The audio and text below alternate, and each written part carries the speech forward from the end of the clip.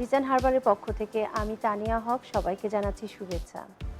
আমরা প্রতি পর্বে একটা একটা করে ডিজাইন আপনাদের শেখাচ্ছি এবং আশা করছি আপনারা উপকৃত হচ্ছেন। প্রত্যেকটা পর্ব আপনাদেরকে কিন্তু খুব মনোযোগ দিয়ে দেখতে হবে এবং আশা করি আপনিও হয়ে যাবেন খুব নামকরা একজন ডিজাইনার।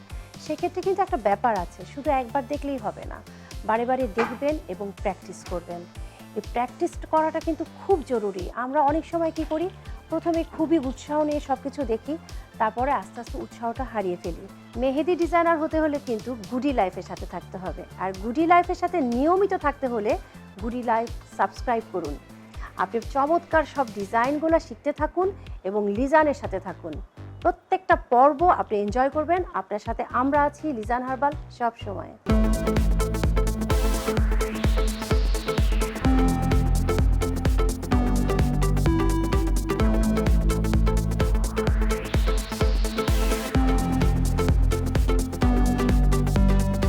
আসসালামু আলাইকুম।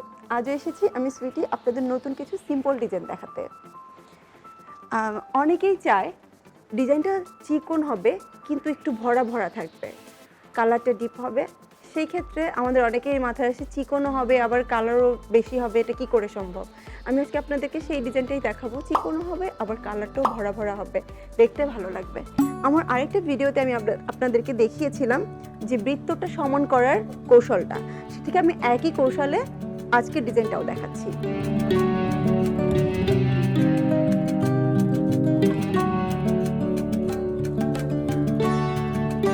বৃত্ত করা হয়ে গেল।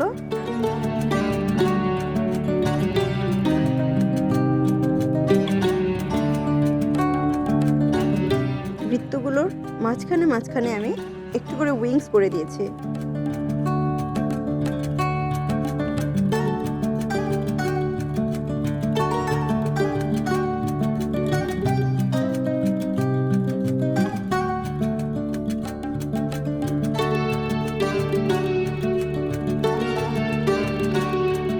লক্ষ্য করেন আমি কিন্তু বৃত্তগুলোকে খালি রেখে তার চারপাশটা ভরছি এবং খুব হালকা করে, অত বেশি ডিপ করা যাবে না।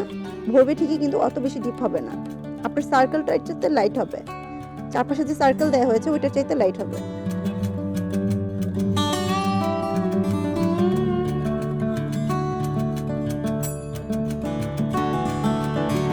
সাইডের সার্কেলটা যাতে ওইটা যেন ভেতরের এই ভরটার চাইতে বেশি ডিপ হয়, তাই আমি আরো একবার ওভাররাইট করে দিলাম এটাকে।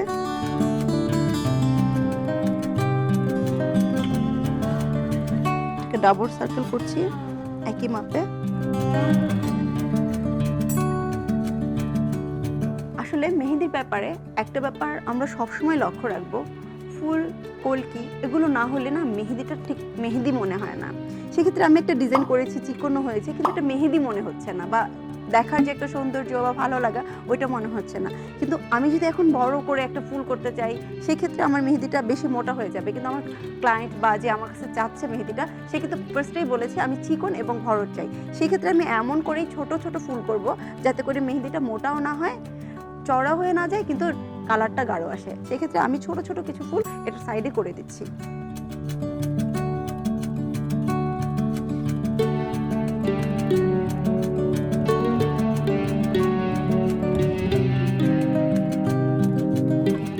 ছোট উইংস এর মতো করে নিলাম। লক্ষ্য করেন উইংসটা করেছি আমরা আগের জাস্ট দুটো দাগের মাঝখানে।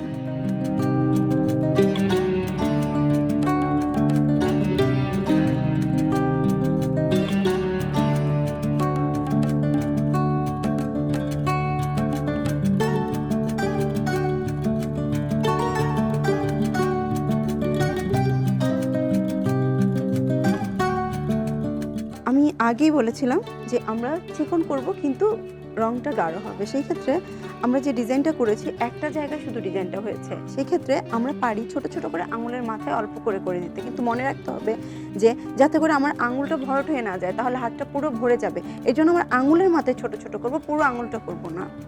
এবং সেটা অবশ্যই সিম্পল হতে হবে এবং আগের ডিজাইনটার সাথে যাতে সিমিলার থাকে ওইরকম কিছু একটা করব।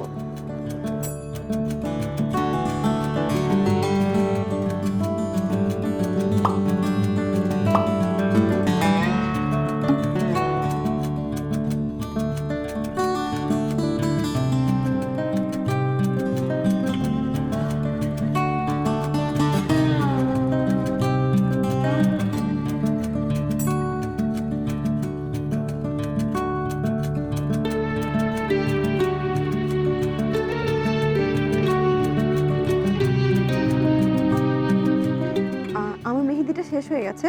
ডিজাইনটা আপনি দেখেন এরকম হবে, এটার গাঢ় হবে কিন্তু চিকন থাকবে।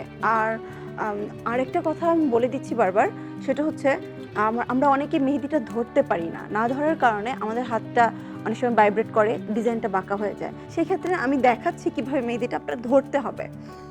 সঠিক ধরাটা হচ্ছে এইভাবে, এটা আমি কাজ করেছি একটু খালি হয়ে গেছে, আপনারা নিশ্চয়ই এরকম থাকবে না প্রথমেই। সেক্ষেত্রে আমি একটা ভরা মেহেদি দিয়ে দেখাচ্ছি।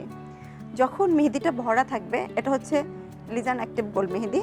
সেক্ষেত্রে এইটা যখন আমার এখানে একটা প্রথমে একটা সূচের মতো থাকে, সেটা আমি বের করার আগে এটাকে আমি এভাবে স্ম্যাশ করব, কিছুক্ষণ স্ম্যাশ করব। এই কারণেই ভেতরে যে জিনিসটা ঠান্ডা হয়েছে, জমে আছে, এটা যখন আমার হাতের টেম্পারেচারে এটা নরম হয়ে যাবে, হওয়ার পরে একটা টিস্যু নিয়ে আমি কিছুটা মেহেদি ফেলে দিব।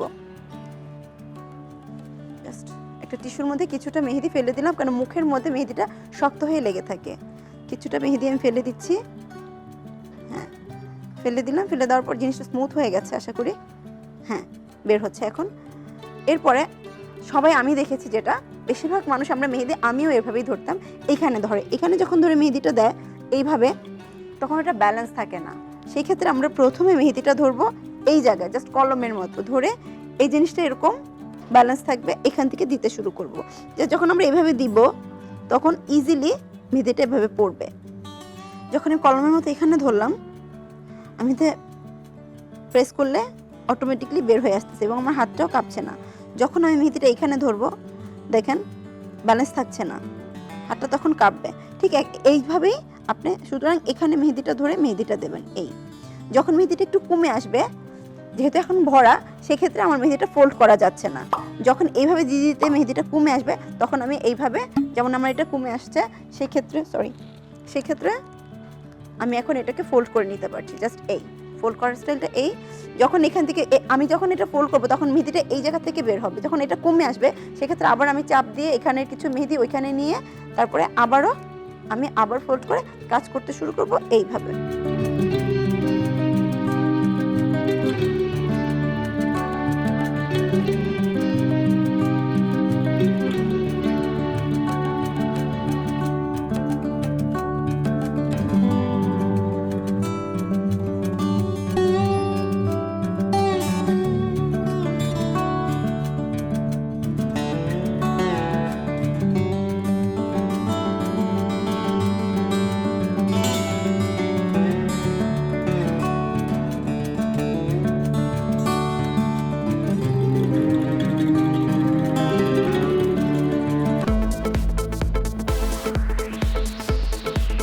দেখলেন খুব সুন্দর করে, খুব সহজভাবে ঘরে কি করে বসে সুন্দর একটা ডিজাইন করা যায়।